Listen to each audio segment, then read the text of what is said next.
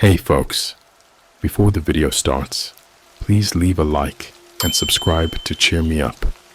Make sure you are relaxed and enjoy today's stories.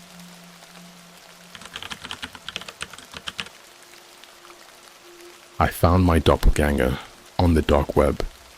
The next day, my parents forced me to move in another town. Hey Reddit, I never thought I'd be writing something like this, but I need to get this off my chest. I've been lurking here for years, but this is my first time posting. What I'm about to share is something I've been carrying for a while, and it's been eating me alive.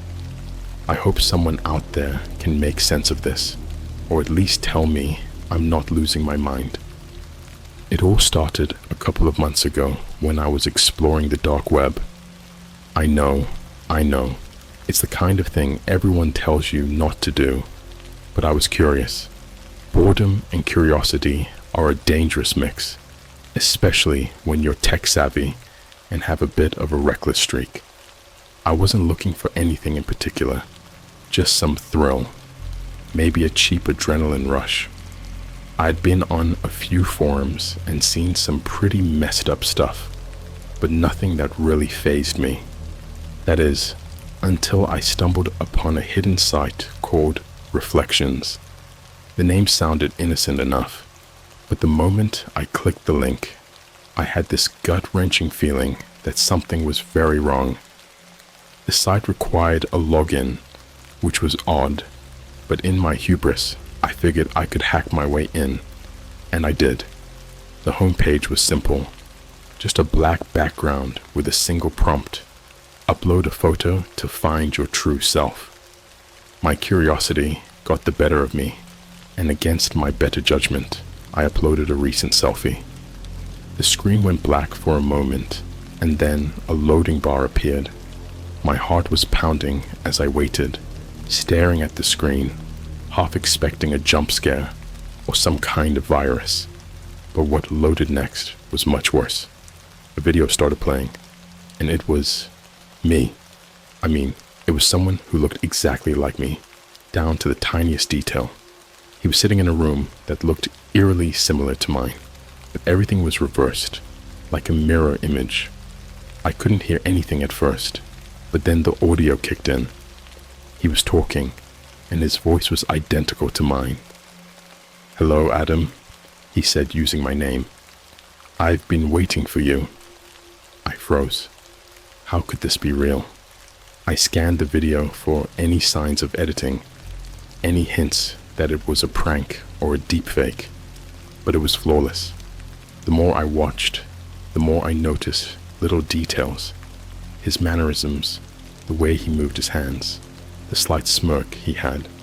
It was like watching myself in a parallel universe. "Who are you?" I typed into the chat box that had appeared below the video. He smiled, a cold, chilling smile. "I am you, Adam. I'm the reflection of your true self." I was about to close the browser when he leaned closer to the camera and said something that made my blood run cold. "Don't leave, Adam. I know what you did." Memories flooded back. Things I'd done that I had never told anyone. Things that haunted me at night. He started listing them, one by one. The time I cheated on a test in college, the fight I had with my best friend that led to our falling out, the lies I told my parents, even darker stuff that I'd buried deep within myself. Things I'm too ashamed to even write here. I felt exposed, violated. I slammed my laptop shut, my hands shaking, but it didn't stop there. My phone buzzed, and I saw a message from an unknown number. "Don't try to run. We're connected now."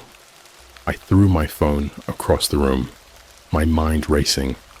How was this happening? Who was this person? I felt like I was losing my grip on reality. I didn't sleep that night. Every time I closed my eyes, I saw his face, my face, staring back at me with that sinister smile. The next day, things got even weirder. My parents, who had been unusually distant lately, suddenly announced that we were moving. No explanation, no discussion. Just pack your things. We're leaving. When I tried to protest, they shut me down immediately. It was like they were scared of something, but they wouldn't tell me what. As we packed up and left, I kept getting messages from that unknown number. They were mostly threats and taunts, but the last one was different. It was a video. With shaking hands, I opened it. It was my doppelganger again, but this time he wasn't alone. He was standing next to someone, my mom. "Say goodbye, Adam," he whispered, his eyes glinting with malice. "We'll be seeing each other soon." That's when I knew this was far from over. We moved to a small town about 3 hours away. It was the kind of place where everyone knows everyone, and secrets are hard to keep. My parents were insistent on starting fresh, but I couldn't shake the feeling that something was horribly wrong. The new house was a quaint 2-story place with a white picket fence and a nice garden, a stark contrast to the looming dread that had settled in my chest. The first night in the new house was unsettling. My parents acted like everything was normal, but I could see the anxiety in their eyes. They were jumpy, constantly checking their phones and whispering to each other when they thought I wasn't around. I knew they were hiding something, and it had to do with that video. I lay in my new room, staring at the unfamiliar ceiling. My phone buzzed again, another message from that unknown number. This time, it was a photo of our new house. The caption read, "Nice place. Can't wait to visit." My blood ran cold. How did he know where we were? I hadn't told anyone, not even my closest friends, where we had moved. My parents made sure to keep it a secret, yet he knew. I showed the message to my parents the next morning. My mom's face went pale, and my dad's jaw clenched. They exchanged a look that spoke volumes, but they refused to tell me anything. "Just block the number, Adam," my dad said, his voice trembling slightly. "We'll handle this." Handle what? I wanted to scream, but I knew it would be useless. They were keeping me in the dark, and I felt more isolated than ever. School in the new town was a nightmare. Everyone stared at the new kid, and I didn't feel like making friends. My mind was constantly on edge, waiting for the next message, the next threat. I started seeing things, glimpses of my doppelganger in the hallways, reflections in mirrors that didn't match my movements, shadows that seemed to follow me. One day, while walking home from school, I took a shortcut through a wooded area behind our neighborhood. I thought I heard footsteps behind me, but every time I turned around, no one was there. The feeling of being watched was so intense that I started to run, my heart pounding in my chest. I tripped over a root and fell hard, scraping my knees and hands. As I scrambled to get up, I saw him, my doppelganger, standing a few feet away, watching me with those cold, piercing eyes. He didn't move, didn't speak, just stared. I could feel the malice radiating from him, a tangible force that made my skin crawl. I backed away slowly, never taking my eyes off him, and then turned and ran as fast as I could. When I burst through the front door, gasping for breath, my parents were waiting for me. They took one look at my face and knew. "He's here, isn't he?" my mom whispered, tears welling up in her eyes. I nodded, unable to speak. That night, I demanded answers. I wasn't a kid anymore, and I deserved to know what was happening. My parents finally relented. They told me about a cult they had been involved with in their youth, a group obsessed with doppelgangers and the idea of a true self. They had tried to leave, to start over, but the cult didn't take kindly to deserters. Apparently, The cult had found me. They believed I was a key to some ritual, some twisted ceremony to summon their true selves into this world. My doppelganger was part of that plan. The dark website, the messages, the threats, it was all part of their game to break me down and make me submit. As if that wasn't bad enough, my parents revealed something even more horrifying. The reason we moved wasn't just to escape the cult. It was because they had made a deal. In exchange for our safety, they agreed to give me up if the cult ever found us. My own parents had planned to sacrifice me to save themselves.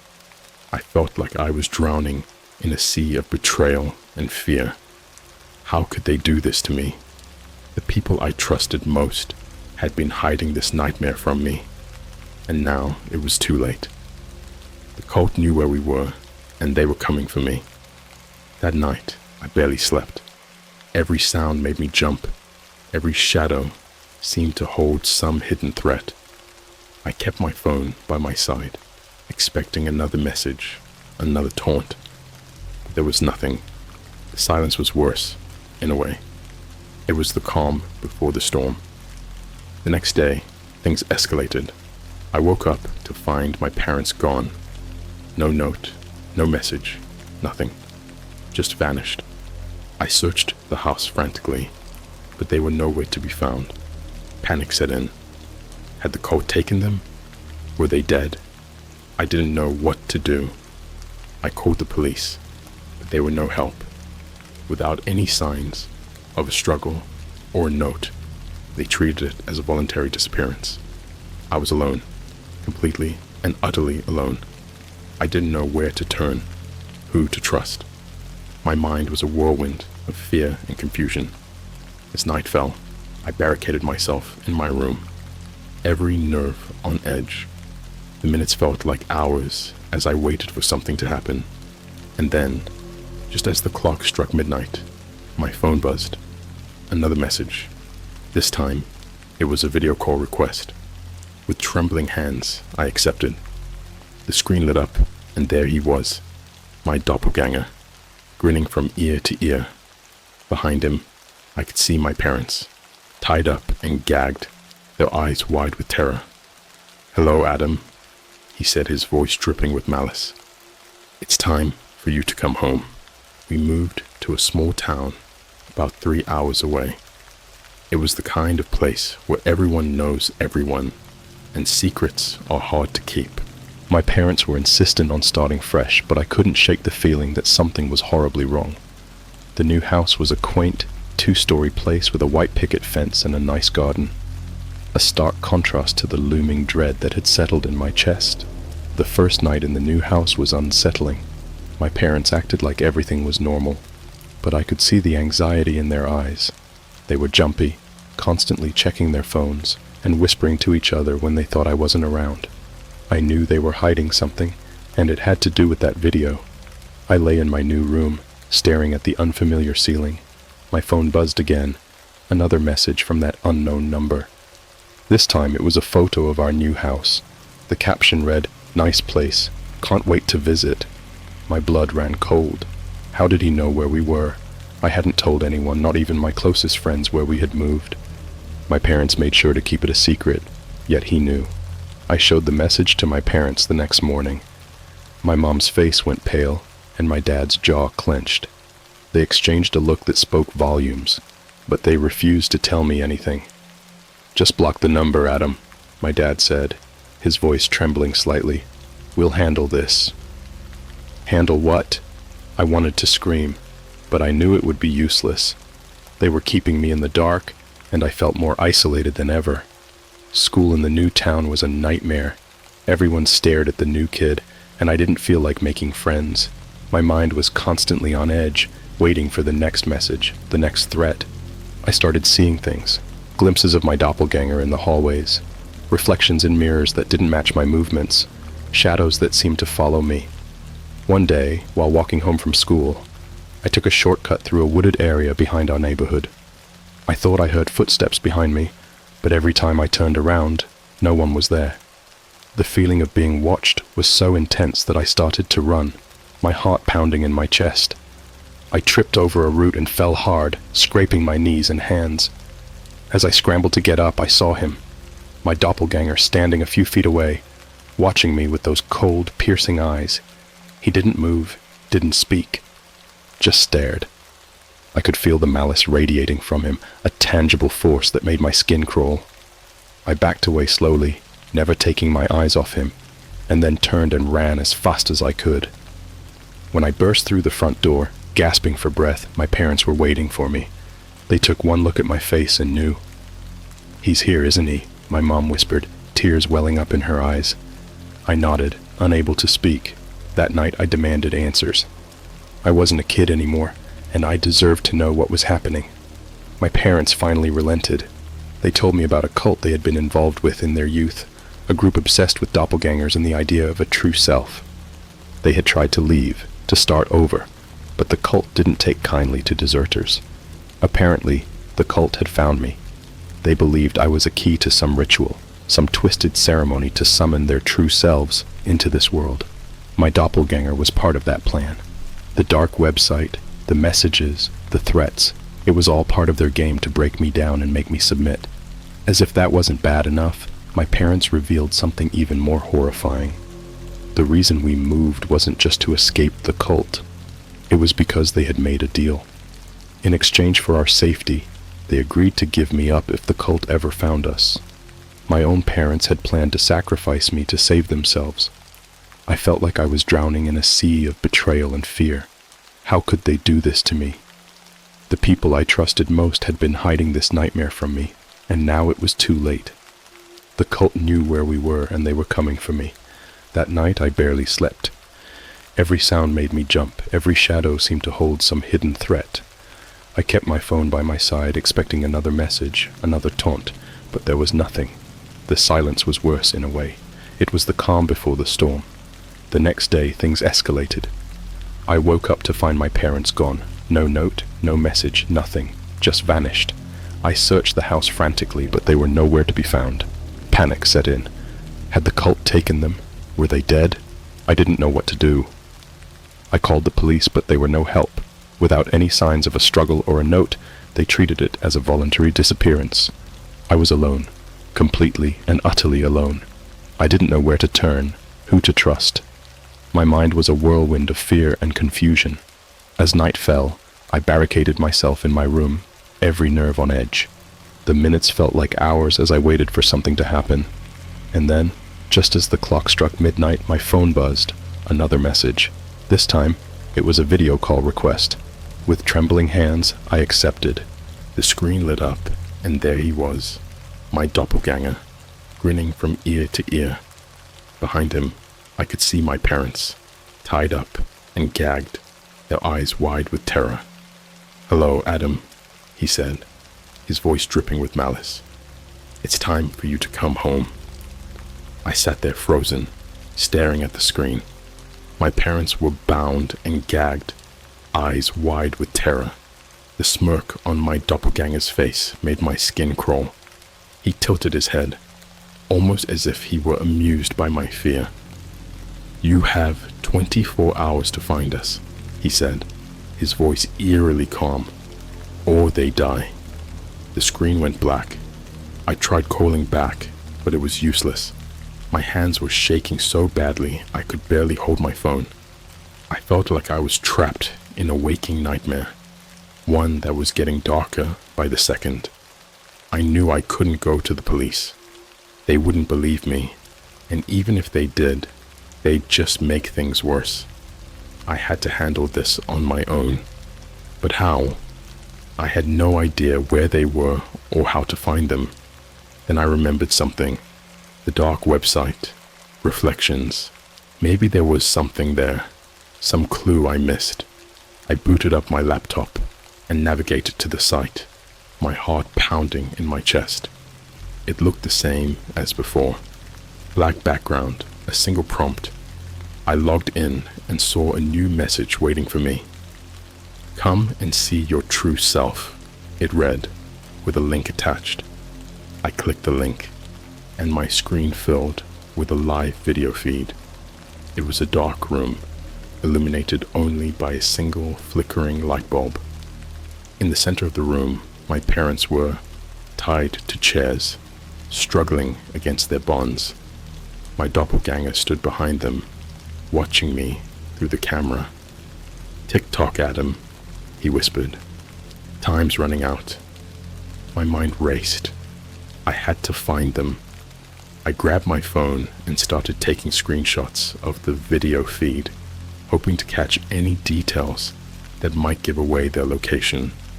The room was bare, but there was a window in the background, partially covered by a tattered curtain. Through the small gap, I could see a large decaying building, a warehouse maybe. I spent hours scouring maps and satellite images, looking for anything that matched. Finally, I found it. An abandoned warehouse on the outskirts of town, a place no one ever went. I had my lead, but I was terrified. What if it was a trap? What if I got there and it was too late? I had no choice. I grabbed a flashlight and a knife from the kitchen, the only weapons I could think of, and headed out. The night was eerily quiet, the streets deserted.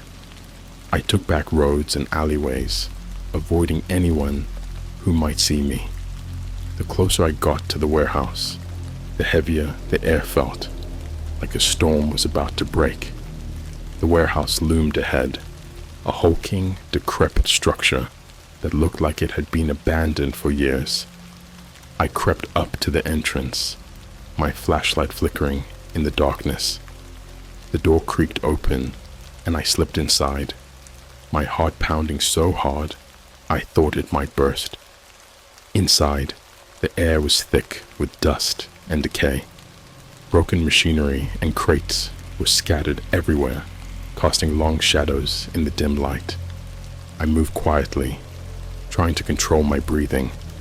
The room from the video had to be somewhere in here.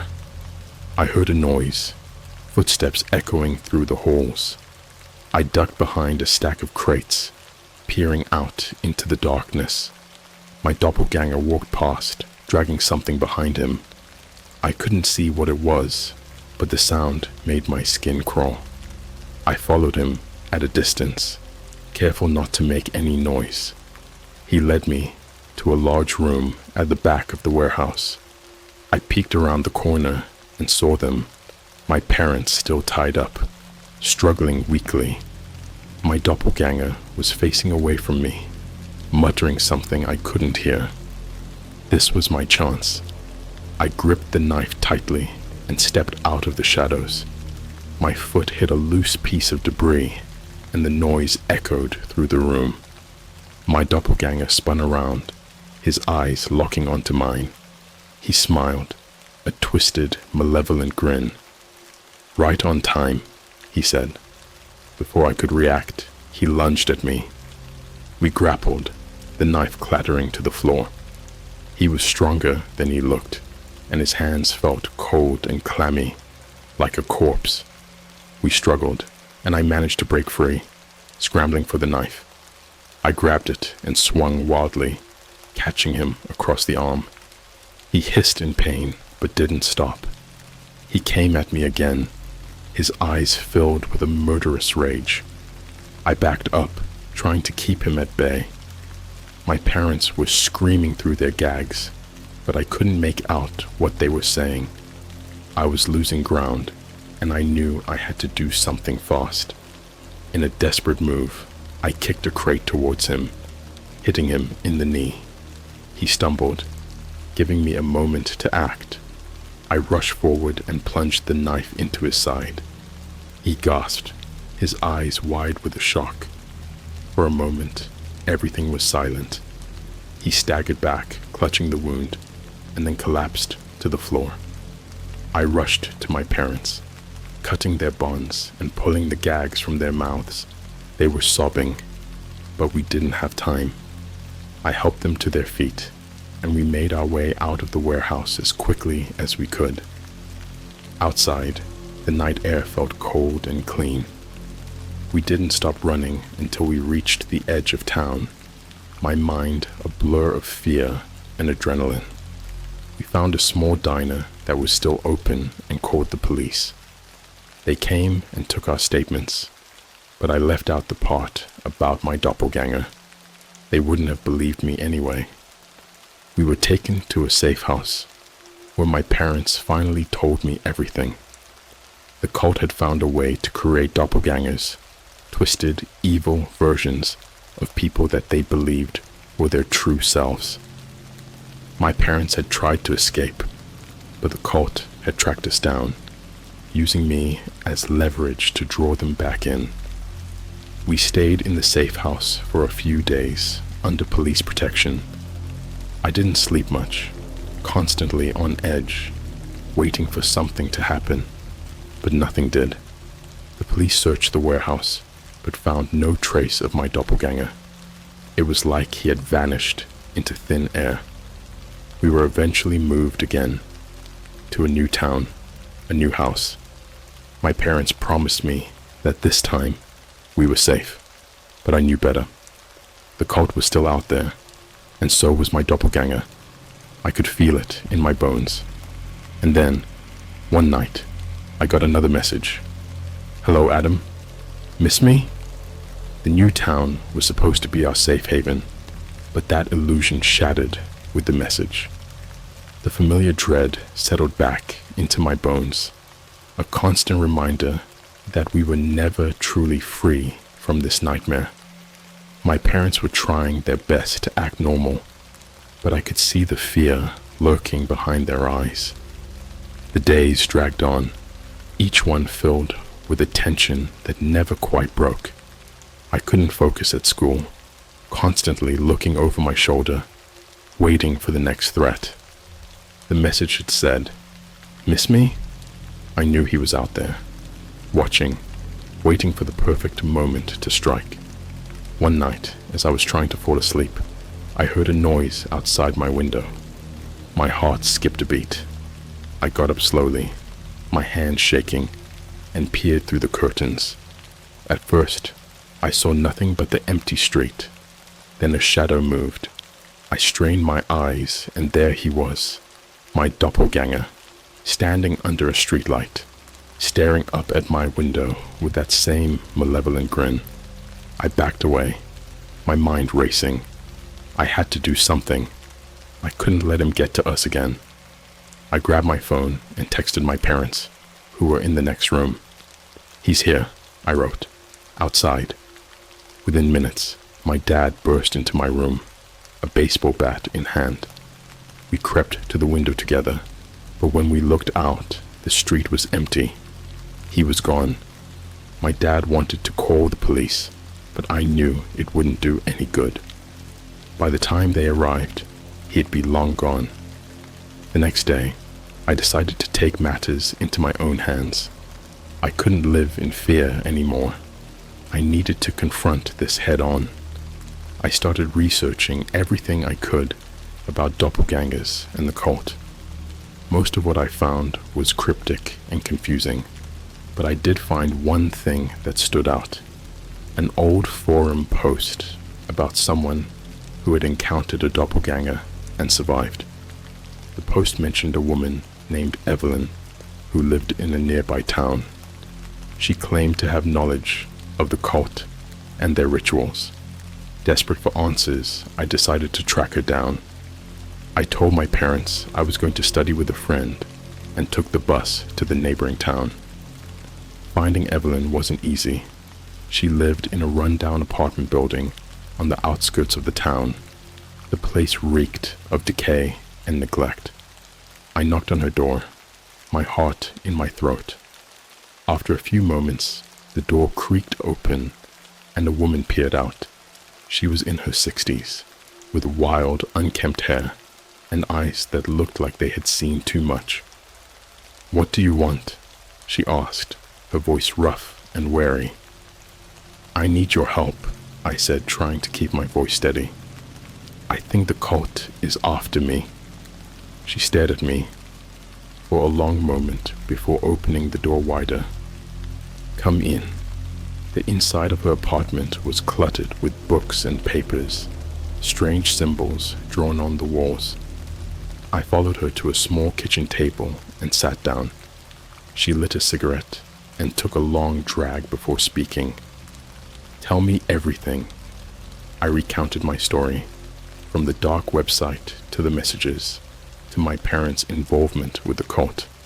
She listened intently, her expression unreadable. When I finished, she leaned back in her chair and exhaled a cloud of smoke. "You're in deep trouble, kid," she said. "The cult doesn't stop until they get what they want, and they want you." "Why me?" I asked, desperation creeping into my voice. "They believe you're a key to bringing their true selves into this world. Your doppelganger is just the beginning. If they succeed, it's not just you at risk. It's everyone." Her words sent a chill down my spine. "How do I stop them?" She stubbed out her cigarette and leaned forward. "There's a ritual, a way to sever the connection between you and your doppelganger. But it's dangerous, and there's no guarantee it will work." "I don't have a choice," I said. "I have to try." She nodded and began explaining the ritual. It involved finding a specific type of candle and reciting an incantation at midnight while staring into a mirror. The candle had to be made from a certain type of wax, one that could only be found in a shop across town. I thanked her and left, my mind racing with the details. That night, I gathered the necessary items and waited for midnight. My parents were asleep, oblivious to my plan. I set up the mirror and lit the candle, the flame casting eerie shadows around my room. I took a deep breath and began reciting the incantation, my eyes fixed on my reflection. At first, nothing happened, but then the room grew colder and the mirror began to fog up. My reflection started to change, morphing into the face of my doppelganger. He grinned, his eyes glinting with malice. "Think you can get rid of me that easily?" he hissed. I continued the incantation, my voice shaking. The flame flickered, and the shadows in the room seemed to dance and twist. My doppelganger's face contorted with rage, and he lunged towards me, his hands reaching out through the mirror. I stumbled back, breaking the connection. The candle went out, plunging the room into darkness. I lay there, gasping for breath, the sound of my heart pounding in my ears. I had failed. He was still there, still connected to me. The next day, I felt a new sense of dread. If the ritual hadn't worked, what chance did I have? I went back to Evelyn, hoping for another solution. She looked at me with pity and shook her head. "I told you it was dangerous," she said. "There's one more thing you can try, but it's risky. You have to confront him directly, face to face." "How?" I asked, my voice barely above a whisper. "You need to go back to the warehouse," she said. "Challenge him to a final confrontation. It's the only way." I knew she was right. I had to end this, once and for all. That night, I returned to the warehouse, my heart pounding with fear. The place was just as dark and foreboding as before. I made my way to the room where I had fought him, my flashlight casting long shadows on the walls. "Adam," a voice whispered, sending chills down my spine. "I've been waiting for you."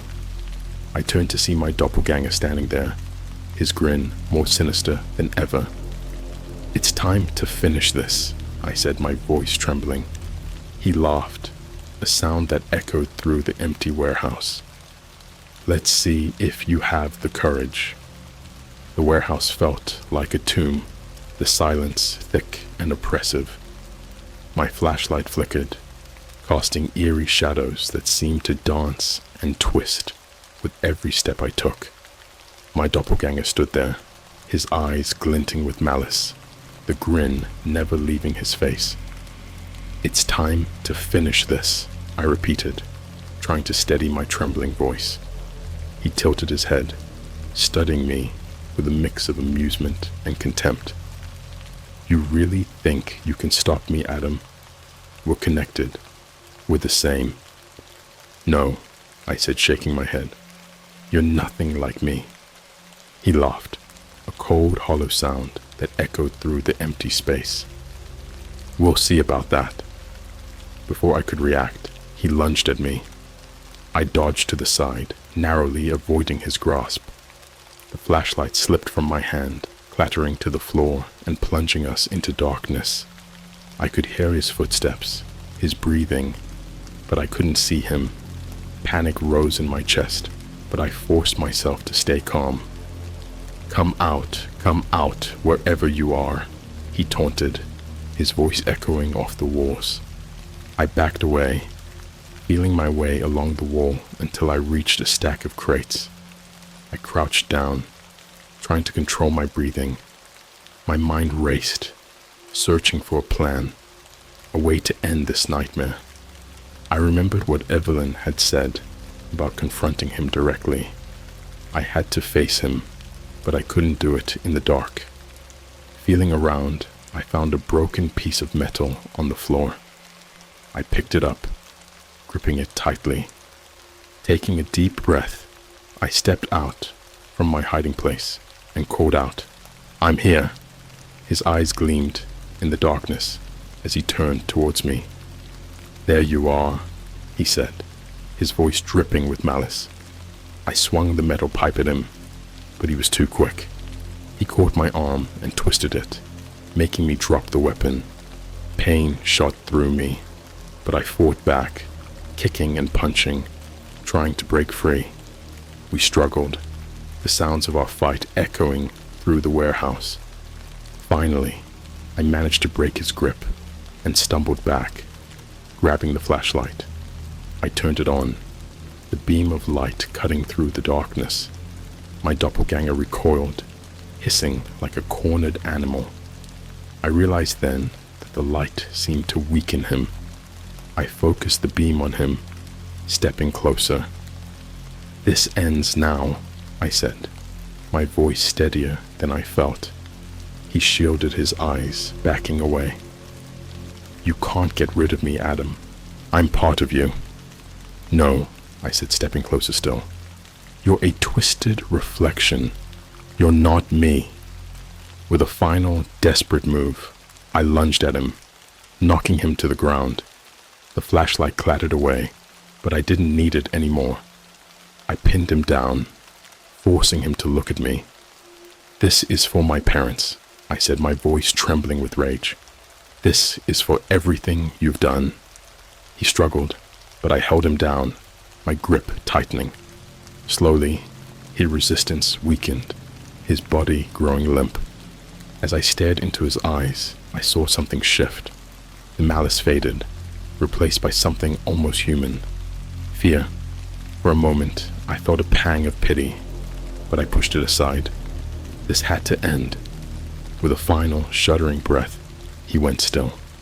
I sat there gasping for air, my heart pounding. It was over. I had won. I stumbled out of the warehouse, the first light of dawn breaking over the horizon. I felt like I had been through hell and back, but I was alive. I had faced my darkest fears and survived. When I got home, my parents were waiting for me. They rushed to me, hugging me tightly, tears streaming down their faces. "It's over," I said, my voice barely a whisper. "He's gone." We spent the next few days trying to piece our lives back together. The police never found any trace of my doppelganger, but I didn't care. I knew he was gone. The connection was severed, and we were finally free. Evelyn helped us move once more, this time to a place she assured us was safe. I kept in touch with her, grateful for her guidance and support. She became a mentor of sorts, helping me understand more about the cult and their twisted beliefs. Life slowly returned to a semblance of normalcy. The nightmares became less frequent, and I started to feel like myself again.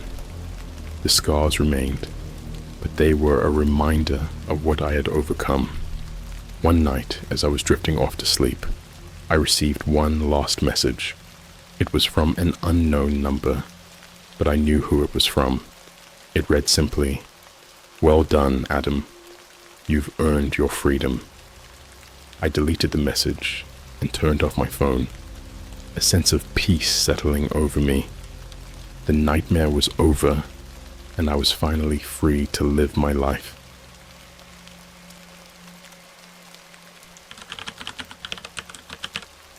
I found leaked documents on the dark web about Nikola Tesla not being real human. The next day, 2 men in black suits knocked on my door.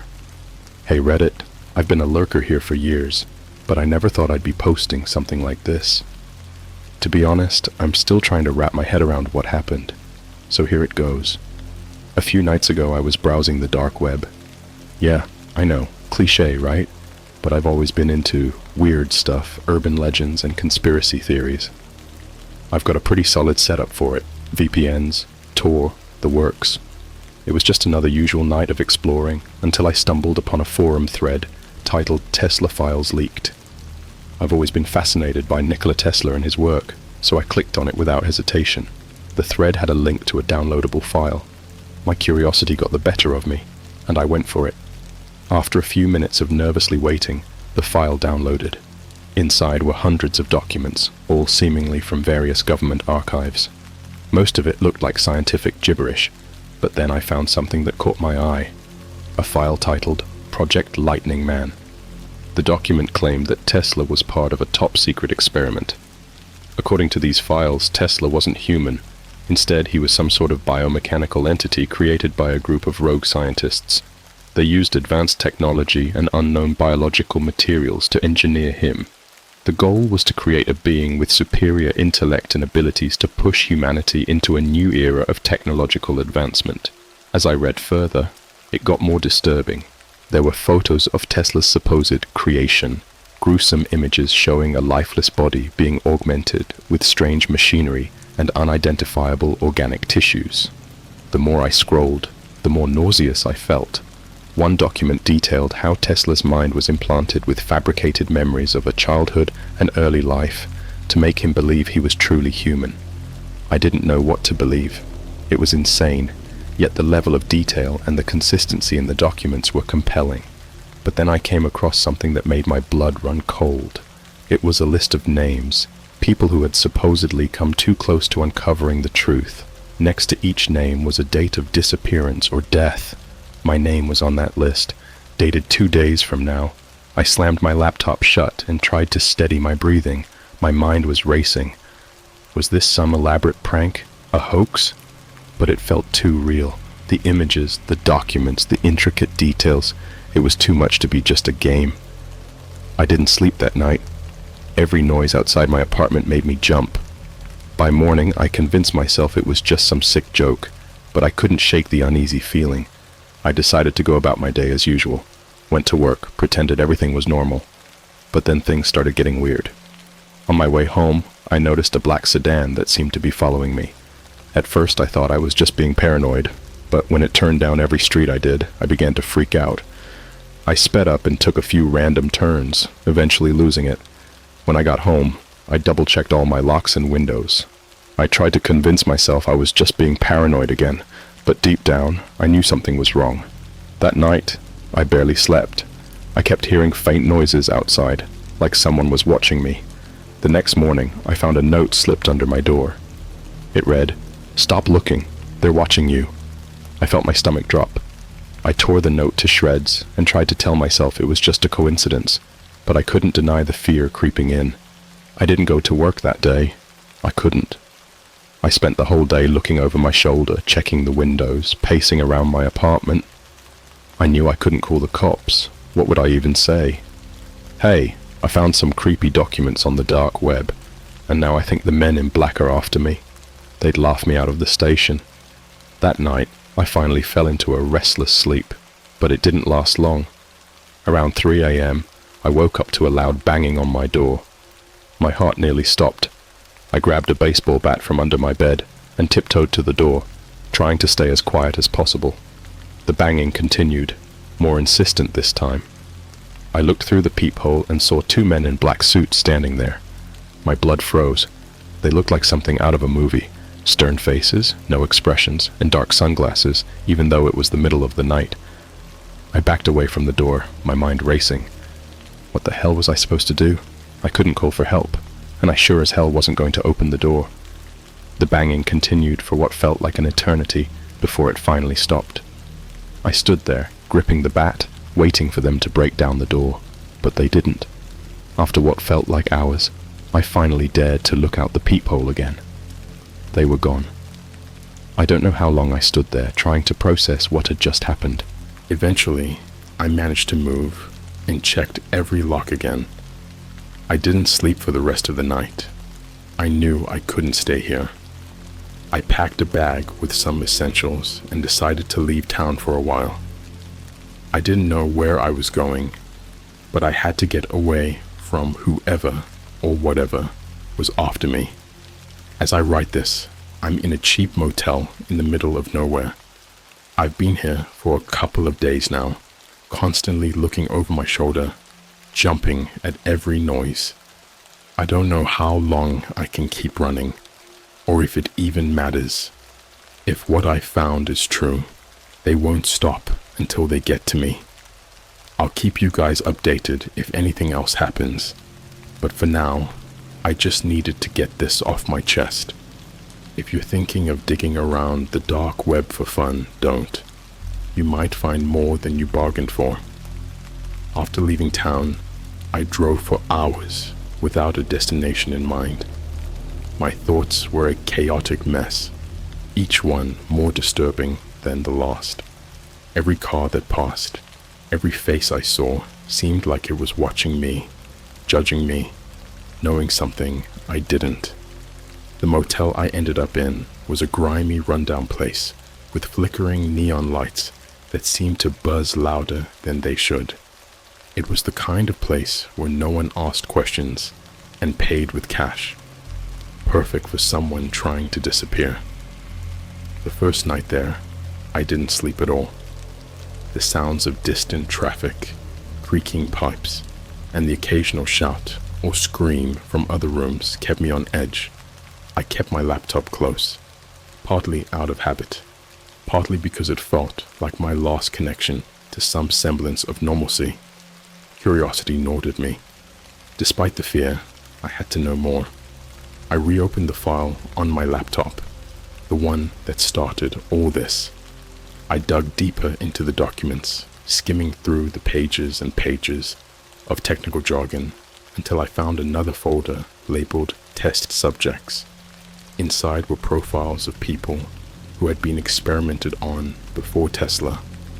Ordinary people turned into grotesque test subjects. The photos were horrifying.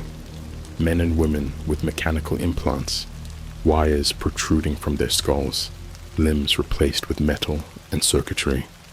Their eyes were hollow, devoid of any humanity. One file stood out, a man named Victor Hall. He was listed as a failed experiment, someone who had retained his memories and managed to escape. The last known location was a small town about 100 miles from where I was. Desperation makes you do crazy things. I decided to find Victor. Maybe he could help me understand what the hell was going on, or at least tell me how to hide better. The next morning, I checked out of the motel and hit the road again, heading towards the town. It was a desolate place, barely a dot on the map. The kind of town where everyone knows everyone else's business. Finding Victor wasn't easy. I asked around, using a fake name and story about an old friend I was trying to reconnect with. Most people didn't remember him or pretended not to. Finally, an old man at the local diner mentioned a reclusive guy living in an old cabin on the outskirts of the town. It had to be him. I drove out there, the road turning from asphalt to dirt, then barely a path through the woods. The cabin was a dilapidated structure, almost collapsing in on itself. I knocked on the door, my heart pounding. There was no answer, but I could hear movement inside. I knocked again, harder this time. The door creaked open, and a gaunt, disheveled man with wild eyes peeked out. "Who the hell are you?" he rasped. I introduced myself, told him I needed his help, that I knew about Project Lightning Man. His eyes widened with fear, and he tried to slam the door shut, but I wedged my foot in. "Please, Victor, I need to know what's happening," I pleaded.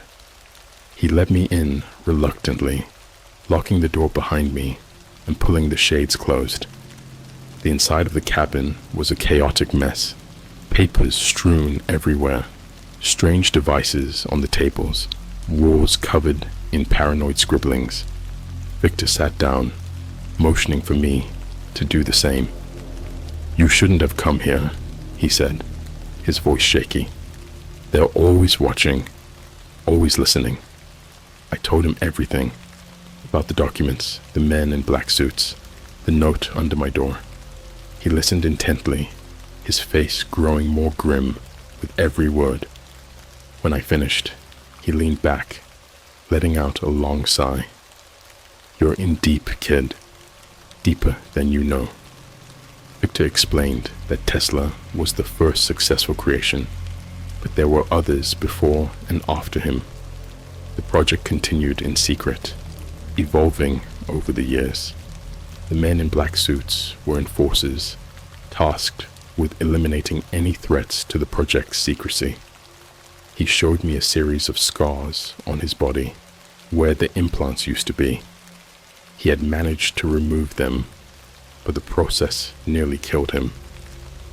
"They use us as guinea pigs," he said bitterly. "And when we get too close to the truth, they make us disappear." I asked him what I could do to stay safe. His answer was bleak. "There's no hiding from them. They have resources, technology beyond anything we know. The best you can do is stay on the move. Never stay in one place too long. Trust no one." Before I left, Victor gave me a small device.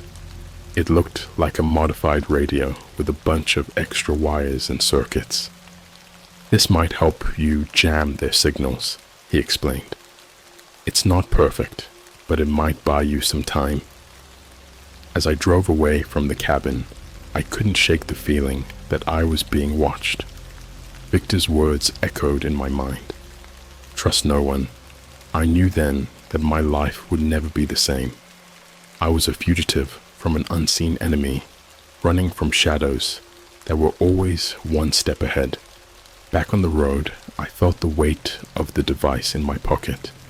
It was a small comfort, knowing I had something to fight back with, even if it was just a temporary solution. I had no idea where to go next, but one thing was certain. I couldn't go back to my old life. The documents, the men in black, Victor's warnings, it was all too real. I kept driving, hoping against hope that I could stay one step ahead. But deep down, I knew the truth. They were coming for me, and it was only a matter of time. The paranoia was eating me alive.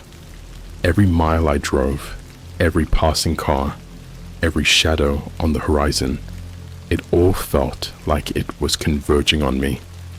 After hours of driving aimlessly, I found another small town and checked into a motel that looked like it hadn't seen a renovation since the 70s. It was perfect for staying under the radar. I set up the jamming device Victor had given me. It emitted a low hum, and I prayed it would keep whoever was tracking me at bay, at least for a while. Exhausted, I collapsed onto the bed, my mind racing. I couldn't afford to stay in one place for long, but I needed rest. Sleep was a cruel tease that night. I drifted in and out, plagued by nightmares of men in black suits, cold mechanical hands reaching out for me, and a lifeless Tesla watching me with hollow eyes. I woke up drenched in sweat, more times than I could count. The next morning, I decided to visit a library. I figured it was a place where I could blend in, and maybe I could find more information about Project Lightning Man, or any other clues about what I was up against. The librarian gave me a suspicious look when I walked in, probably because I looked like hell, unshaven, eyes bloodshot, and clothes disheveled, but she didn't ask questions. I spent hours sifting through old newspapers and books, anything that might give me a lead. I found several articles about mysterious disappearances and unexplained phenomena, but nothing concrete. It was all fragments, pieces of a puzzle that I couldn't quite fit together. As the day wore on, I started to feel a strange sense of being watched. Every time I looked up, it seemed like someone had just turned away or ducked behind a shelf. I chalked it up to my frazzled nerves, but the feeling wouldn't go away. Around midday, I stepped out to grab some food from a nearby diner. The greasy burger and fries tasted like cardboard, but it was the first real meal I'd had in days. As I sat in the corner booth, trying to eat, I noticed a man in a dark suit sitting at the counter. He didn't seem out of place at first, until I realized he was watching me in the reflection of the diner's window. My heart skipped a beat. I forced myself to stay calm, finishing my meal as casually as possible. When I got up to leave, he did too. I walked quickly, but didn't run, heading back towards the library. The man followed at a distance, always just out of the corner of my eye. Inside the library, I headed for the basement. I needed a place to hide and think. The basement was dark, filled with old, dusty books and boxes. I crouched behind a stack of crates, trying to steady my breathing. The dim light barely pierced the gloom, casting long, eerie shadows. Footsteps echoed down the stairs. I held my breath, clutching the jamming device like a lifeline. The footsteps grew louder, more deliberate. Whoever it was, they knew I was here. A flashlight beam cut through the darkness. I could see the outline of the man in the suit, methodically searching the basement. My mind raced, looking for a way out. There was a small window high on the wall, barely large enough to crawl through. It was my only chance. I waited until he was at the far end of the basement, then made my move. The crates creaked as I climbed them, and the man's flashlight swung towards me. I pushed the window open and scrambled through, feeling the rough edges tear at my clothes and skin. I hit the ground outside and ran. I didn't look back. My only thought was to get as far away as possible. I ducked into an alley, my heart pounding in my chest. I could hear shouting behind me, but I didn't stop. I kept running until my legs gave out, collapsing behind a dumpster. As I lay there, gasping for breath, I knew I couldn't keep this up. They were closing in, and I was running out of options. I needed help, but who could I trust? Everyone I knew was either too far away or would think I'd lost my mind. I pulled out my phone and hesitated. There was one person I hadn't thought of, an old college friend who had gone off the grid years ago.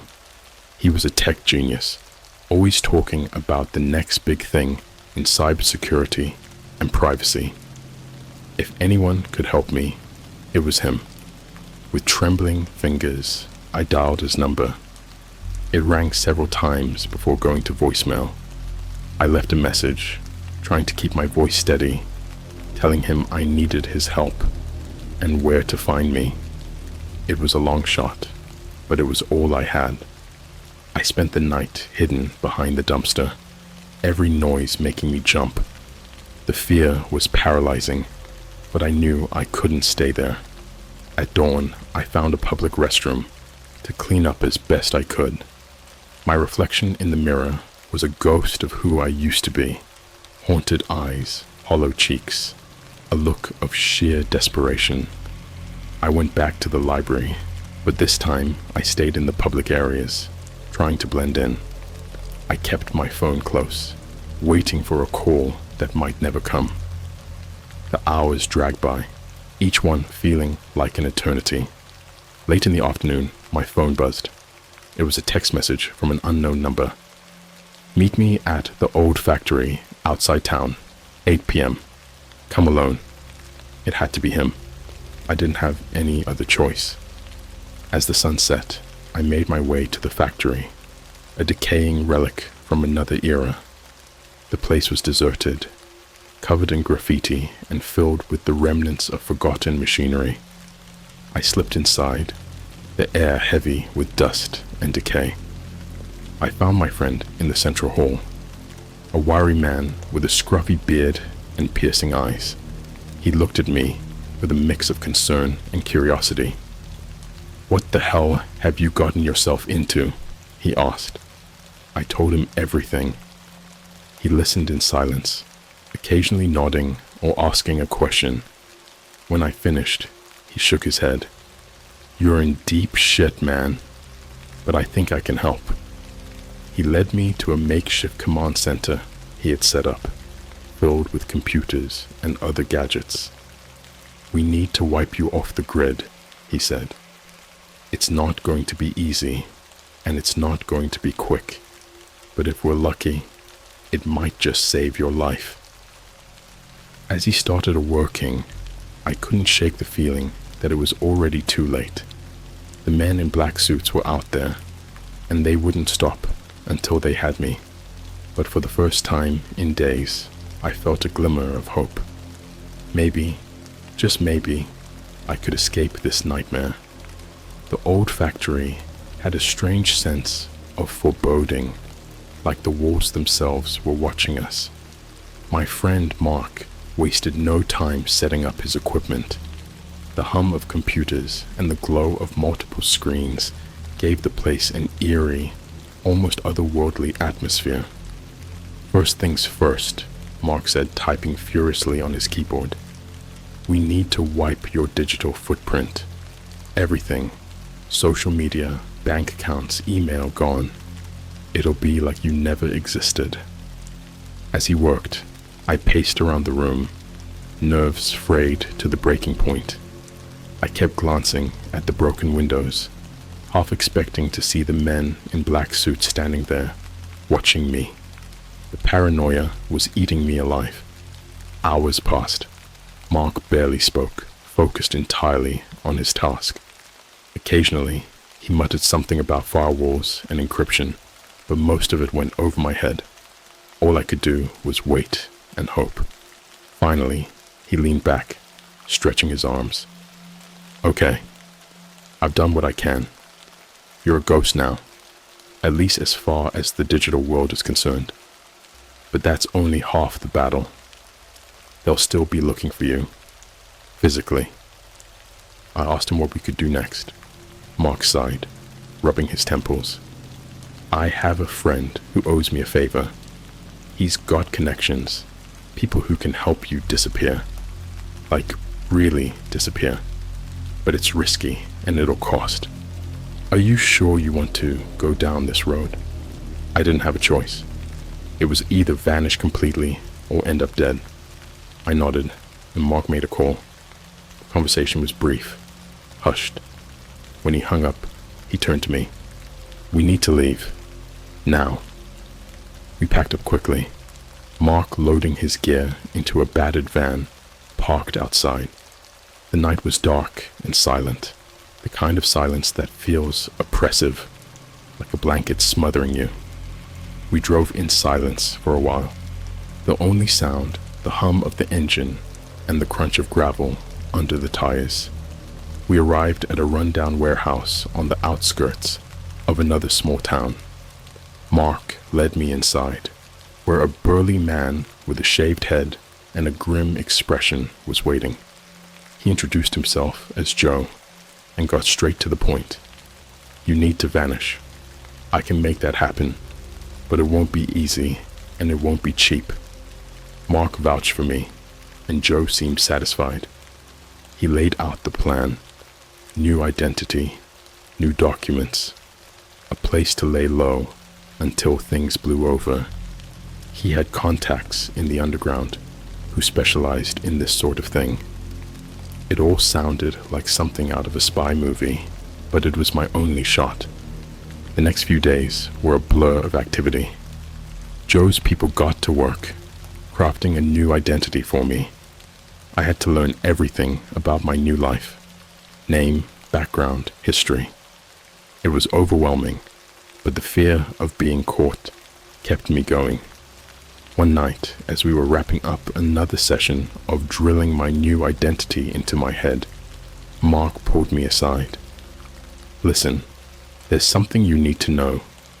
This goes deeper than just those men in black. There's a whole network, people who know about the experiments and are actively covering it up. You've stumbled into something massive.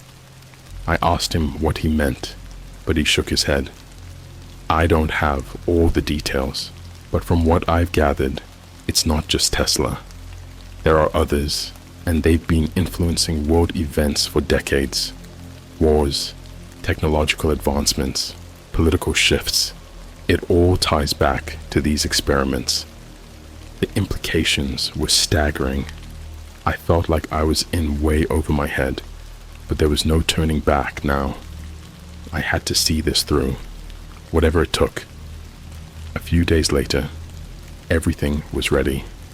I had a new name, a new history, and a one-way ticket to a remote town where no one would think to look for me. Joe gave me a final rundown of what to do and what to avoid. Stay off the grid. No social media, no credit cards, nothing that can be traced.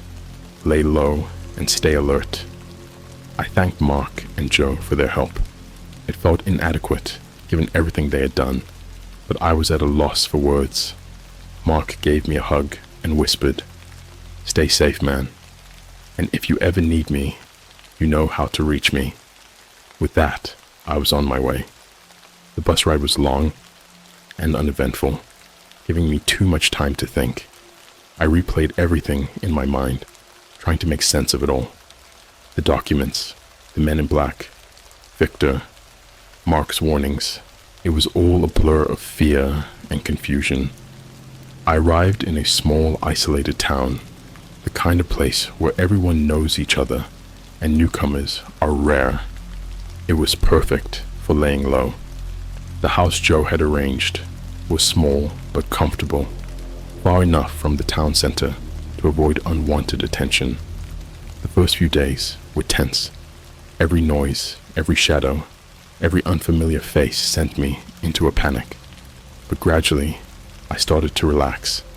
I kept to myself, rarely leaving the house except for necessities. I spent my time reading, learning about my new identity, and trying to come to terms with my new reality. One evening, as I was settling in for the night, there was a knock on the door. My heart skipped a beat. I hadn't told anyone I was here, and Joe's people wouldn't knock. They had other ways to contact me. I approached the door cautiously, peering through the peephole. It was a woman, her face obscured by the dim light. She knocked again, more urgently this time. I hesitated, then opened the door a crack. "Can I help you?" I asked, trying to keep my voice steady. The woman looked around nervously before speaking. "Are you John? Mark sent me. We need to talk." My heart sank. If Mark had sent her, it meant something was wrong. I let her in, closing the door quickly behind her. She introduced herself as Sarah, a friend of Mark's. She got straight to the point. "They found you. You need to leave. Now." Panic surged through me. "How? I thought I was off the grid." "They have resources beyond what we can comprehend. Sarah said, her voice trembling. Mark's in trouble. They got to him, and he managed to warn me before they took him. The room seemed to spin. I felt sick. Mark had risked everything to help me, and now he was paying the price. I couldn't let his sacrifice be in vain. I asked Sarah what to do next. There's a safe house, she said, not far from here. It's our best chance, but we need to move fast. We grabbed my essentials and slipped out into the night. The safe house was a small cabin deep in the woods, barely accessible by road. It felt secure, isolated, but the fear was still there, gnawing at me. Sarah did her best to reassure me, but I could see the fear in her eyes too. We were on the run, hunted by an enemy that was always one step ahead. I couldn't shake the feeling that no matter where we went, they would find us. As we settled into the cabin, Sarah told me more about what Mark had uncovered. It was worse than I had imagined. The experiments had continued, creating more beings like Tesla, each one more advanced and more dangerous. And the network behind it all was vast, with connections in every major government and corporation around the world. We're not just fighting for survival, Sarah said. We're fighting to expose the truth, to stop them before it's too late. The weight of her words settled over me like a shroud. This wasn't just about me anymore. It was about something much bigger, something that could change the course of history. As I lay in the dark that night, listening to the sounds of the forest, I knew there was no turning back. I had to see this through, whatever it took. For Mark, for the others who had suffered, and for the truth that had to be revealed. The cabin felt like a temporary sanctuary, but the sense of dread never left. Sarah and I spent our days strategizing and our nights in restless sleep, always listening for the sounds of approaching footsteps or the hum of an engine in the distance. I knew this fragile peace wouldn't last, but it was all we had. One evening, Sarah received a message on a secure device she kept with her at all times. She read it, her face growing pale. "They found us," she whispered. "We need to leave, now." Panic surged through me, but there was no time to dwell on it. We grabbed our things and bolted, heading deeper into the forest. Sarah had a contact who could help us, but we had to reach them first. The trek through the dense woods was treacherous, every snap of a twig or rustle of leaves putting us on high alert. We walked for hours, the night growing colder and darker. Finally, we reached a small clearing where an old truck was parked, its engine idling softly. A man stepped out, his face obscured by the shadows. He exchanged a few hurried words with Sarah before gesturing for us to get in. The ride was tense and silent. The man, who Sarah introduced as Tom, didn't ask questions and didn't offer any answers. He drove with purpose, taking back roads and avoiding main highways. I lost track of time, the fear and exhaustion blurring together. We arrived at an abandoned farmhouse miles from anywhere. It looked like it had been deserted for years, but Tom assured us it was safe. He led us inside, where a small group of people was waiting, men and women of various ages, all with the same haunted look in their eyes. "This is our resistance," Sarah explained. "We've been working in the shadows, trying to gather evidence and find a way to bring down the network behind the experiments. You're not alone in this." The relief was palpable, but it was quickly overshadowed by the enormity of the task ahead. We were up against an enemy with resources far beyond our own, an enemy that had already proven it would stop at nothing to maintain its secrets.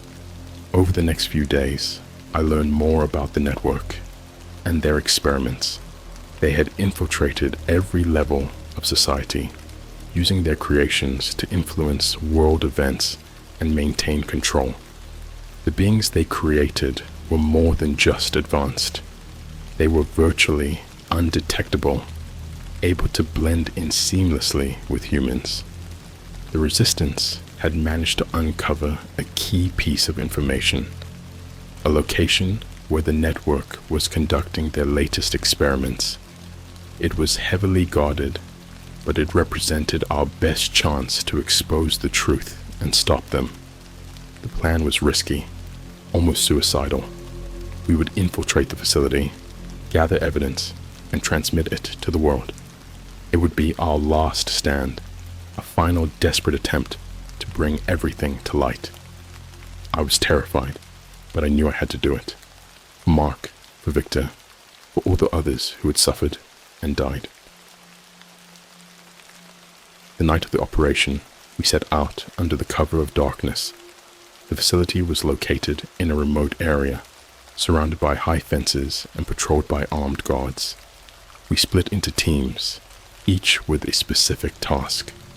Sarah and I were responsible for breaching the security systems and accessing the main lab. Everything went smoothly at first.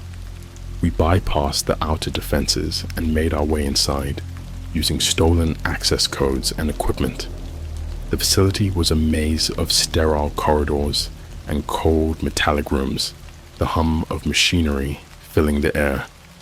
We reached the main lab, a vast room filled with advanced technology and strange organic structures. It was like something out of a nightmare. Sarah worked quickly, hacking into the computer systems and downloading everything she could. I stood guard, my heart pounding in my chest. Just as she finished, the alarms went off. We had been discovered. The guards were closing in, their footsteps echoing through the corridors. We grabbed the data and ran, the facility descending into chaos around us. We fought our way out, the Resistance members holding off the guards as best they could. The firefight was intense, the air filled with the sound of gunfire and screams. I felt a bullet graze my arm, the pain searing but manageable. We reached the exit, bursting out into the night. Tom was waiting with the truck, engine running. We piled in, the tires screeching as we sped away. The facility receded into the distance, the alarms still blaring. We had the evidence, but at what cost? I glanced back, seeing the flames rising from the building, the sacrifices made to get this far. We transmitted the data as soon as we were safe, sending it to every news outlet, every government agency, every contact we had. The truth was out there now for the world to see, but would it be enough? Would people believe it?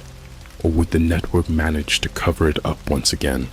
The next few days were a blur of anxiety and waiting. The media picked up the story, and soon it was everywhere. Leaked documents, photos, videos. It was undeniable. The world was finally waking up to the nightmare we had been living. But the network wasn't going down without a fight. There were reports of attacks, disappearances, and silenced voices. It was a war now, a battle for the truth. We stayed on the move, always one step ahead, always watching our backs. In the end, it wasn't about winning or losing. It was about making sure the truth couldn't be buried again. We had lit a fire, and it was spreading. People were demanding answers, fighting back, refusing to be silenced.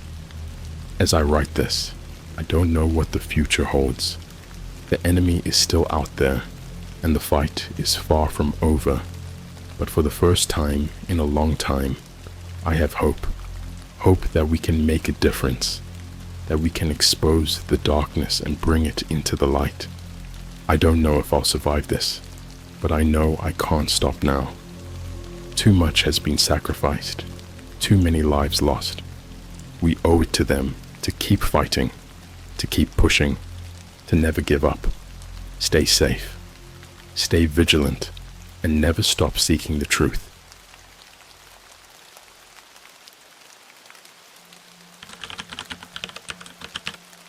I ordered a mystery box of the dark web. I received young existing pet. I've always been into weird stuff. You know, the kind of oddities and bizarre things you can't just find on eBay or at your local flea market. So when I stumbled upon a thread about dark web mystery boxes, I was intrigued.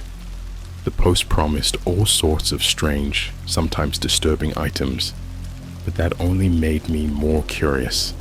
Boredom and a little extra cash had a way of pushing my boundaries. After weeks of browsing, I finally decided to take the plunge and order one. The process was shady, to say the least. Bitcoin transactions, encrypted messages, and a vague promise of delivery within 2 weeks. When the package finally arrived, it was smaller than I expected. Just a plain, unmarked brown box. I remember the weight of it. It felt heavier than it should for its size. My heart pounded with a mix of excitement and anxiety as I cut the tape and lifted the lid. Inside, there was no packing material, just a single, small, ornate wooden box with a brass latch. It looked old, hand-carved with strange symbols that I couldn't identify. I felt a shiver run down my spine as I opened it. Inside was a folded piece of parchment paper, yellowed with age, and a small glass vial, filled with a dark, viscous liquid.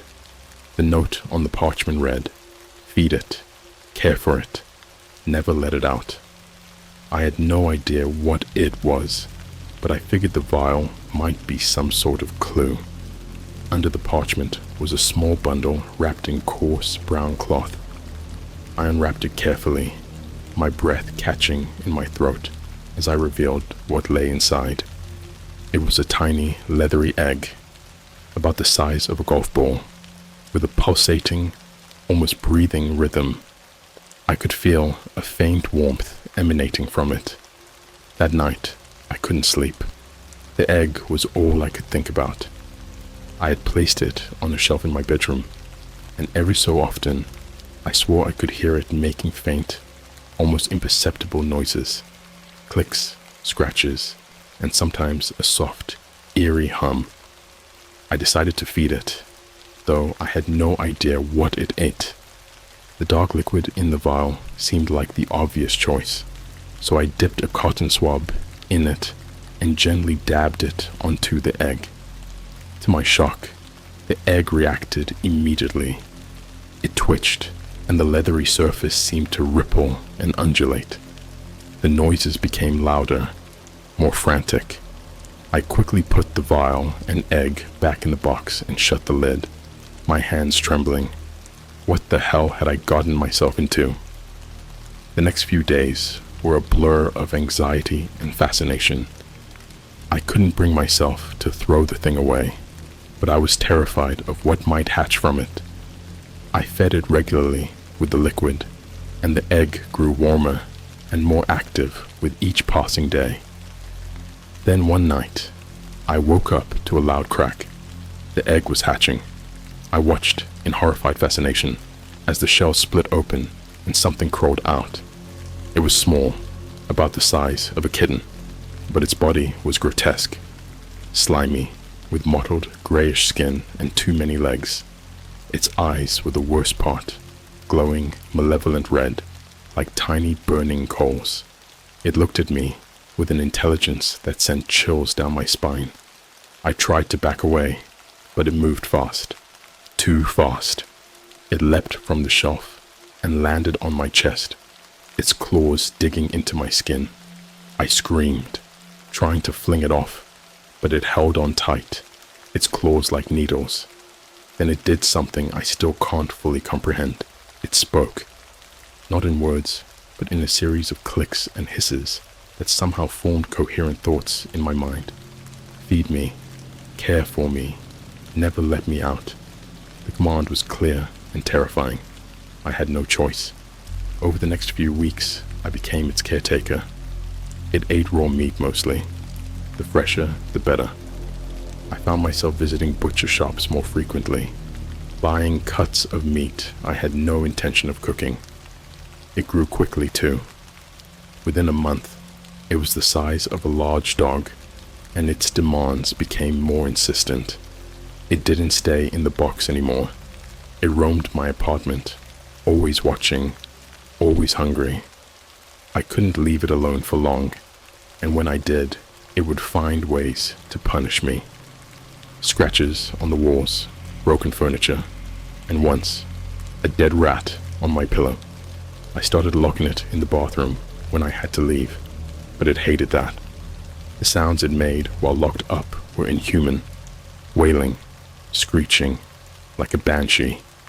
One night I came home late to find my apartment in shambles.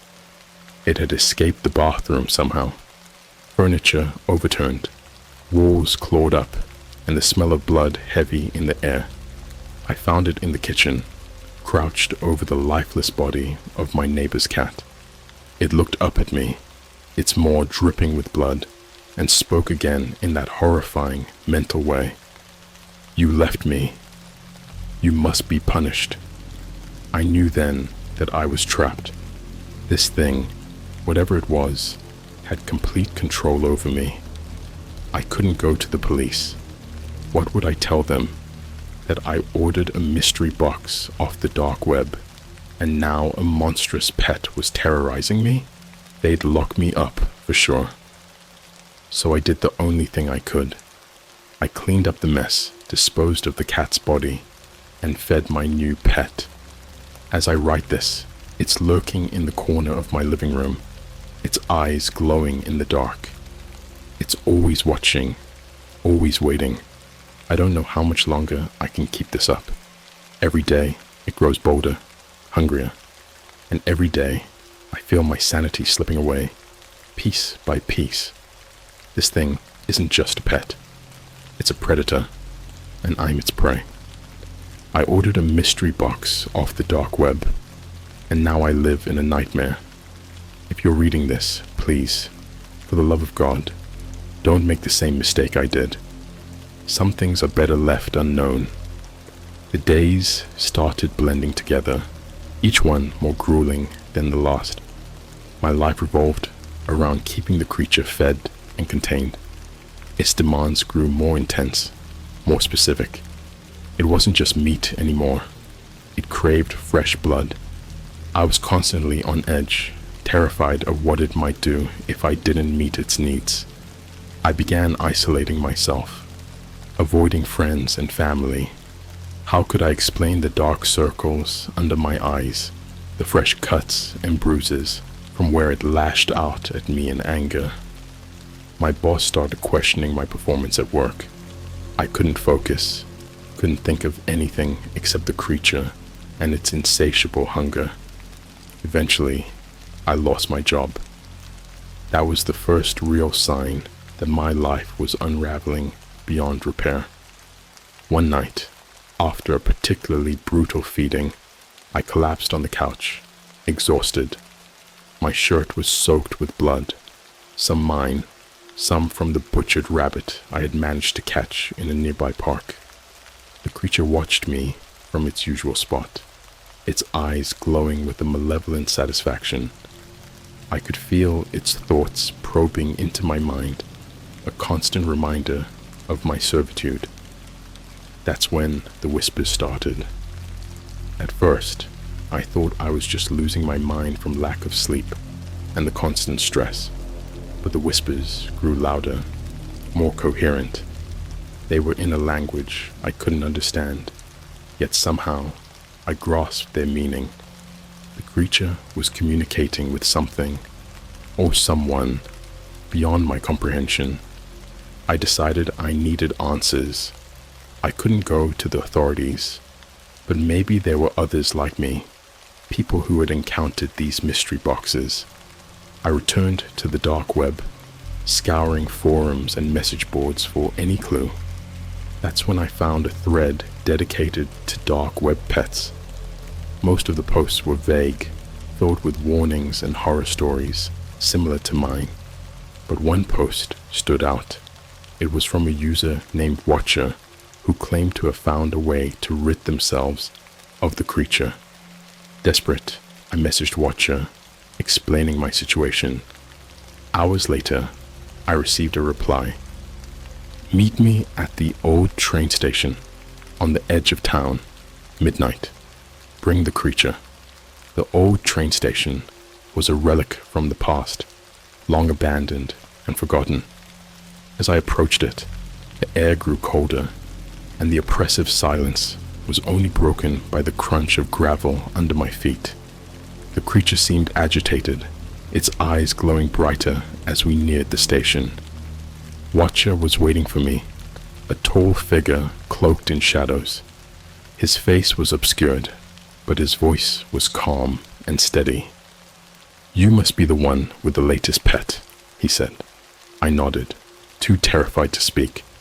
He gestured for me to follow him into the depths of the station. The creature clung to my leg, its claws digging into my skin, a reminder of the danger I was in.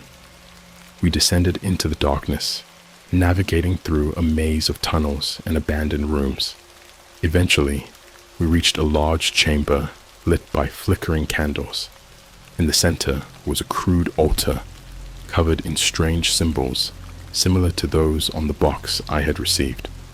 Watcher turned to me, his eyes reflecting the candlelight.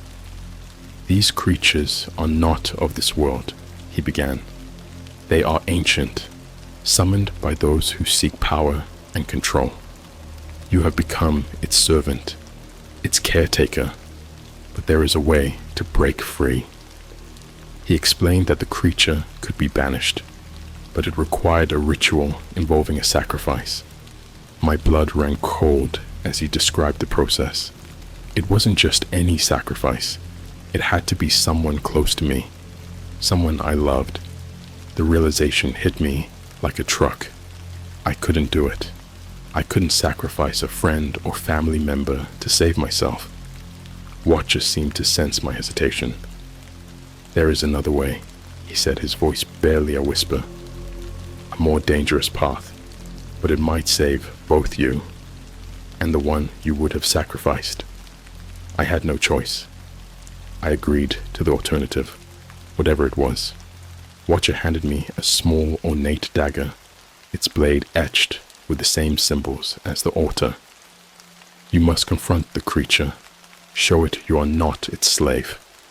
Use this dagger, but be warned, it will fight back. We returned to my apartment, the creature growing increasingly agitated.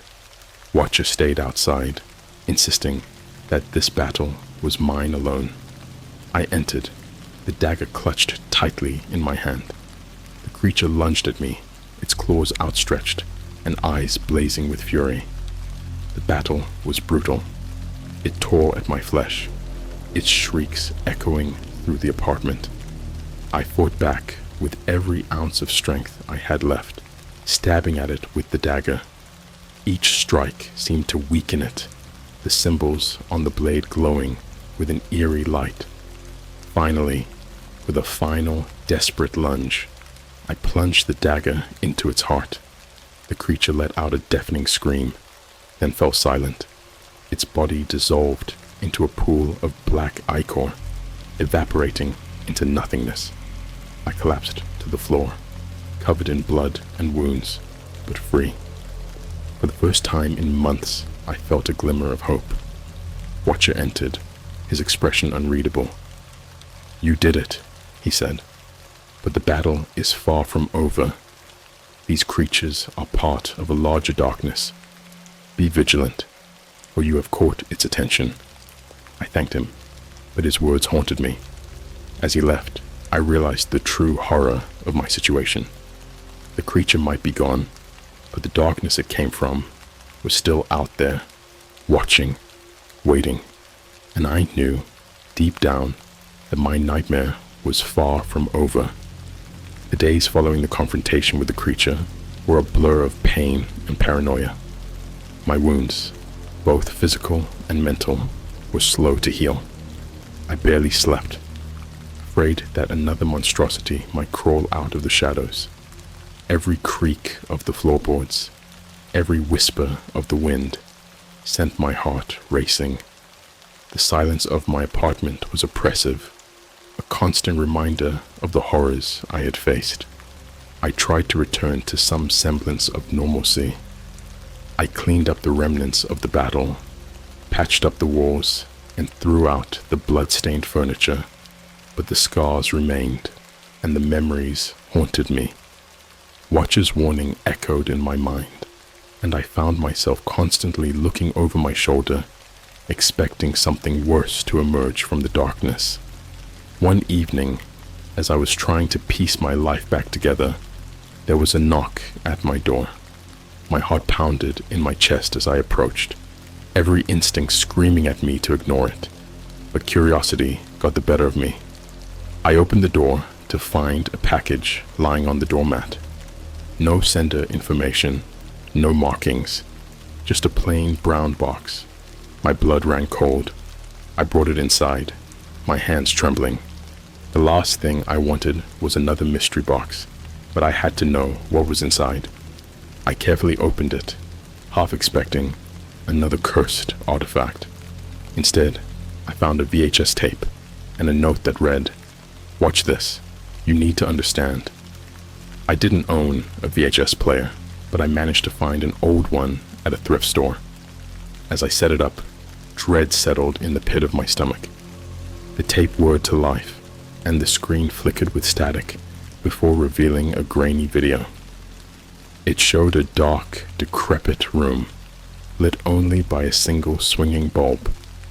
In the center of the room was a figure tied to a chair, bloodied and beaten. A voice, distorted and inhuman, spoke from off-screen. "This is what happens when you defy the darkness." The camera zoomed in on the figure's face, revealing their tortured expression. I gasped. It was Watcher. The video cut to scenes of unspeakable horrors, people being hunted by shadowy creatures, their screams echoing through the night, rituals performed in hidden chambers, summoning things that should never exist. And then it showed my apartment. The same symbols from the box and the altar were carved into the walls, and a shadowy figure stood in the corner watching me sleep. I turned off the tape, my hands shaking uncontrollably. The darkness had followed me, and it was playing a twisted game. Watcher was gone, and I was next. I knew I couldn't stay in my apartment any longer. I packed a bag and fled, checking into a cheap motel on the outskirts of the town. But the feeling of being watched never left me. Days turned into weeks as I tried to outrun the shadows. I moved from motel to motel, always looking over my shoulder. My money was running out, and I was desperate for help. I reached out to the few friends I had left, but they couldn't understand. How could they? The darkness wasn't just a presence. It was a living, breathing entity, feeding off my fear. One night, as I lay in a dingy motel room, the power went out. The room was plunged into darkness, and I felt a familiar cold presence. The shadows seemed to come alive, creeping along the walls and floor. My breath caught in my throat as the temperature dropped, and I heard the faint, unmistakable sound of clicking and hissing. I grabbed the dagger, the one Watcher had given me, and held it close. The shadows coalesced into a shape, a tall, gaunt figure with glowing red eyes. It stared at me, and I felt its thoughts invade my mind. It spoke without words, its voice a cacophony of clicks and hisses. "You thought you could escape. You thought you could fight us. You are ours." I lunged at the figure with the dagger, but it moved faster than anything I'd ever seen. It knocked me to the ground, the dagger skittering out of reach. The shadows closed in, suffocating me, and I felt icy fingers wrap around my throat. I couldn't breathe, couldn't scream. The darkness was consuming me. Just as I felt myself slipping away, a blinding light filled the room. The shadows recoiled, and the figure let out an inhuman scream.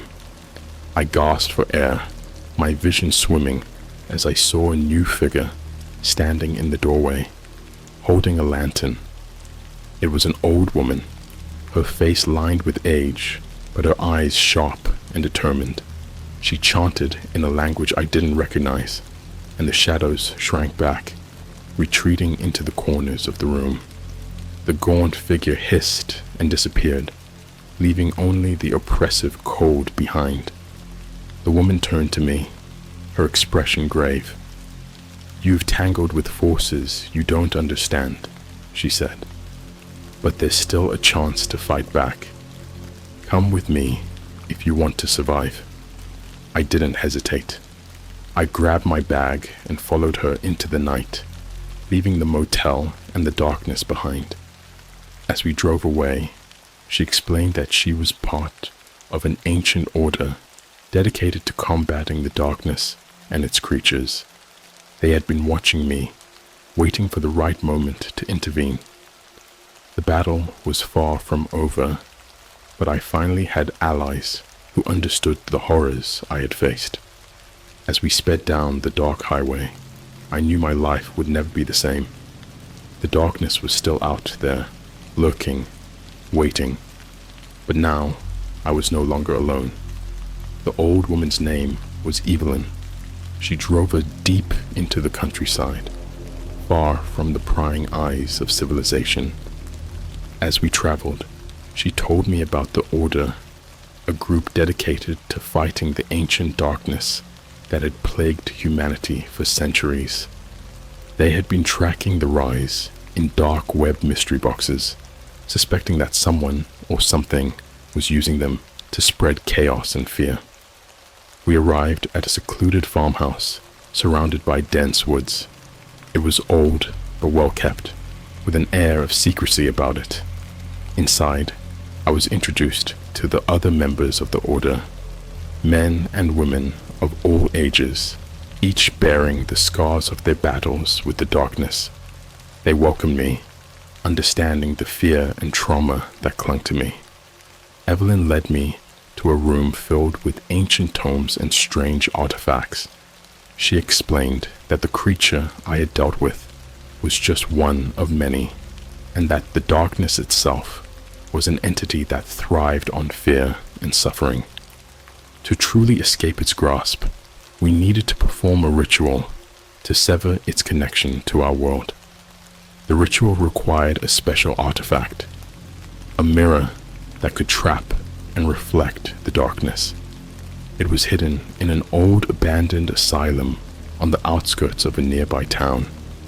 The asylum had been closed for decades, rumored to be haunted by the spirits of those who had suffered there.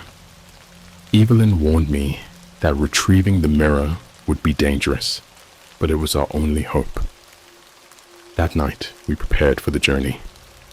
Armed with protective charms and weapons, we set out under the cover of darkness.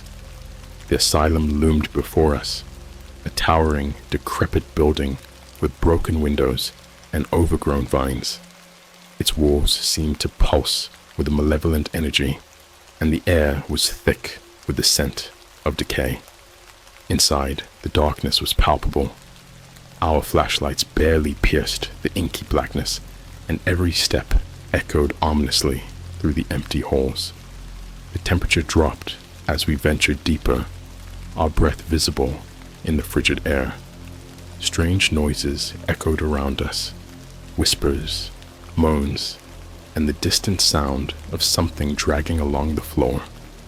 We found the mirror in the basement, locked in a small padded cell. It was an old, ornate piece, its surface cracked and tarnished. As we approached, the darkness seemed to writhe and twist within the glass, as if trying to escape. Evelyn began the ritual, chanting in the ancient language of the Order.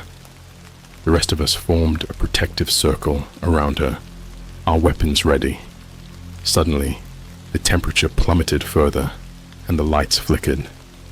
The darkness within the mirror surged, and shadowy figures began to emerge from the walls. They were grotesque, twisted versions of the creature I had faced, their red eyes glowing with hatred. They attacked us, and chaos erupted. I fought with everything I had. The dagger watcher had given me glowing with a fierce light. The shadows were relentless, their claws and teeth tearing at us. Evelyn's chanting grew louder, more urgent, as she struggled to complete the ritual. One by one, our group was overwhelmed, and the shadows turned their attention to Evelyn. I knew we were out of time. Desperation fueled my actions as I charged at the mirror, plunging the dagger into its surface. The glass shattered, and a blinding light erupted from within. The shadows screamed, their forms dissolving into nothingness. The light enveloped us, and I felt a searing pain as the darkness was ripped away. When the light faded, the asylum was silent. The shadows were gone, and the mirror lay in pieces on the floor. Evelyn collapsed, her strength spent. We helped her to her feet, and she smiled weakly. "It's done," she said. "The connection is severed." We made our way back to the farmhouse, exhausted but relieved. The ritual had worked, and the darkness no longer had a hold on me. The Order helped me recover, and over the next few weeks, I slowly began to rebuild my life.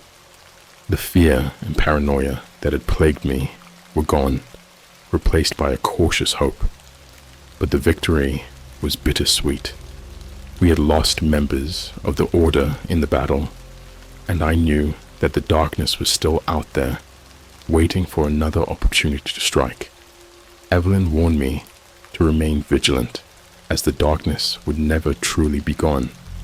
It was a part of our world, lurking in the shadows, feeding on our fears. I decided to join the Order, dedicating myself to the fight against the darkness. They trained me, taught me the ancient ways, and I became one of them. Together, we continued our mission, tracking down the mystery boxes and stopping the spread of the darkness. As I write this, I know the battle is far from over. The darkness is patient, and it will return. But now, I am ready. I have faced my fears, confronted the monsters, and emerged stronger. The darkness may be relentless, but so are we. And as long as there are those willing to fight, there will always be hope. Months passed, and my new life with the Order became my reality. We tracked and destroyed countless mystery boxes, each one containing a new horror. The creatures varied in form and ferocity, but they all shared the same insidious connection to the darkness. I had become proficient in our rituals, learned the ancient languages, and honed my skills in combat. But the shadow of my past never left me. One night, Evelyn gathered us for an urgent meeting. She had received a disturbing vision. One of us had been marked by the darkness. It was a rare and dangerous curse, one that meant the darkness had chosen a specific target for something far more sinister. We each underwent a ritual of cleansing and protection, but it was clear that the darkness had grown bolder. The vision pointed to an old mansion on the outskirts of the city, a place with a dark history of its own. It had been the site of numerous unsolved disappearances and was rumored to be haunted. Evelyn believed that the source of the darkness's power resided there, and that it was preparing for a final confrontation. We had no choice but to confront it head on. The mansion loomed before us, its windows dark and uninviting. The air was thick with foreboding, and the ground seemed to pulse with a malevolent energy. As we approached, the doors creaked open on their own, as if welcoming us into the belly of the beast. We entered cautiously, our weapons and charms at the ready. Inside, the mansion was a labyrinth of decaying opulence. Cobwebs draped over chandeliers, and the scent of rot permeated the air. The walls were adorned with portraits of long-dead inhabitants, their eyes following us as we moved through the halls. The darkness here was almost tangible, a thick, suffocating presence that seemed to whisper our names. We split into pairs, searching for the heart of the darkness. Evelyn and I took the basement, a place that seemed to radiate the most malevolence. As we descended the creaking stairs, the air grew colder and the whispers grew louder. We reached a heavy iron door, adorned with the same symbols I had seen on the box and the altar. With a deep breath, I pushed the door open. The room beyond was vast, filled with strange arcane machinery and dark, pulsing crystals. At the center was an altar, and on it lay a figure bound and gagged, Watcher. His eyes were wide with fear, and his body was covered in ritualistic markings. Before we could react, the darkness surged, forming a towering figure that loomed over us. It was the same gaunt creature I had fought before, but now it was more powerful, more tangible. Its eyes burned with a hatred that chilled me to the core. Evelyn began the incantation, her voice steady despite the growing power of the darkness. The creature roared, and shadows erupted from its form, lashing out at us. I fought to protect Evelyn, the dagger flashing as I struck at the tendrils of darkness. Each hit weakened it, but the creature was relentless. Watcher managed to free himself, joining the fight with the remnants of his strength. Together, we battled the darkness, our combined efforts slowly pushing it back. But it wasn't enough. The creature was too strong, and Evelyn was struggling to maintain the incantation. In a moment of clarity, I realized what needed to be done. I stepped forward, placing myself between Evelyn and the creature. I shouted for her to continue the incantation, no matter what happened. The creature's eyes locked onto mine, and I felt its icy fingers wrap around my mind, pulling me into a dark, suffocating void. I was alone in the darkness, the creature's presence all around me. It whispered my fears, my failures, and my doubts. But I knew this was the final battle, and I couldn't let it win. With every ounce of willpower, I fought back, pushing against the darkness that sought to consume me. I felt a warmth spread through me, the light of the Order's combined strength, the bonds of friendship, of shared battles and sacrifices, gave me the power to resist. I focused on that light, channeling it through the dagger, and drove it deep into the heart of the darkness. The creature let out a final, ear-piercing scream as the light erupted from within it, shattering the darkness into a million pieces. I was thrown back, hitting the ground hard, but the oppressive presence was gone. The room was filled with a warm golden light, and I could see Evelyn and Watcher standing over me, their faces filled with relief. The battle was won. The mansion, the darkness, all of it was gone. We emerged into the dawn light, weary but victorious. The Order had struck a significant blow against the ancient darkness, but we knew our fight wasn't over. The darkness would always seek a way back, and we had to remain vigilant. I had faced my fears, confronted the monsters within and without, and emerged stronger. The Order had given me purpose and a family, and together we would continue to protect the world from the shadows that sought to consume it. As we left the mansion behind, I looked back one last time. The darkness had marked me, but I had survived, and now I was ready for whatever came next.